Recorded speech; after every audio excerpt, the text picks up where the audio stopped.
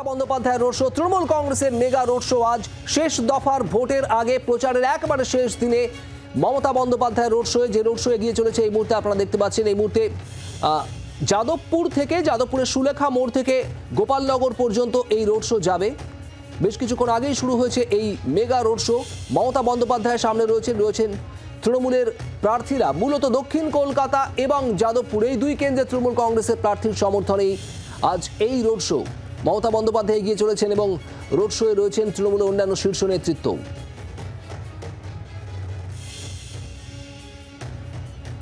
প্রচারের শেষ দিন, শেষ লগ্ন, আর কয়েক ঘন্টার মধ্যেই প্রচার শেষ হয়ে যাবে একেবারে এবারের লোকসভা নির্বাচনের, এবং তার আগে প্রচারের ঝাঁজ বেড়েছে সমস্ত পক্ষের। একদিকে মমতা বন্দ্যোপাধ্যায়ের রোড শোর ছবি আপনারা যেমন দেখছেন, অন্যদিকে আজ সকাল থেকেই প্রচারে নেমেছেন সমস্ত দলের রাজনৈতিক নেতা নেত্রীরা।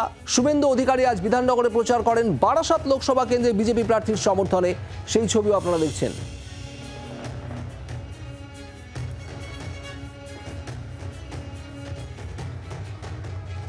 মমতা বন্দ্যোপাধ্যায়, শুভেন্দু অধিকারী পাশাপাশি আরও একাধিক প্রচুর প্রার্থী, প্রচুর রাজনৈতিক নেতা নেত্রীর আজ প্রচার, রোড শো, জনসভা নজরে এসেছে। ফলতায় অভিষেক বন্দ্যোপাধ্যায় আজ ছিলেন, রোড শো করেন, সেখানে বক্তব্যও রাখেন। এই মুহূর্তে যে ছবি আপনারা দেখছেন, যাদবপুর থেকে শুরু হয়েছে তৃণমূল কংগ্রেসের রোড শো। যে রোড শোর একেবারে সামনে রয়েছেন মমতা বন্দ্যোপাধ্যায়, তার সঙ্গে অন্যান্য তৃণমূলের নেতা নেত্রীরা। দুই কেন্দ্র দক্ষিণ কলকাতা এবং যাদবপুরে তৃণমূল কংগ্রেসের দুই প্রার্থী উপস্থিত রয়েছেন এই রোড শোয়ে। শেষ দফার ভোটে প্রচারে নেমে মোদীকে নিশানা করেছেন মমতা বন্দ্যোপাধ্যায়। ধ্যানে বসা নিয়ে মোদীকে নিশানা মমতা বন্দ্যোপাধ্যায়ের। প্রধানমন্ত্রীর বিরুদ্ধে মিথ্যাচারের অভিযোগ মুখ্যমন্ত্রীর।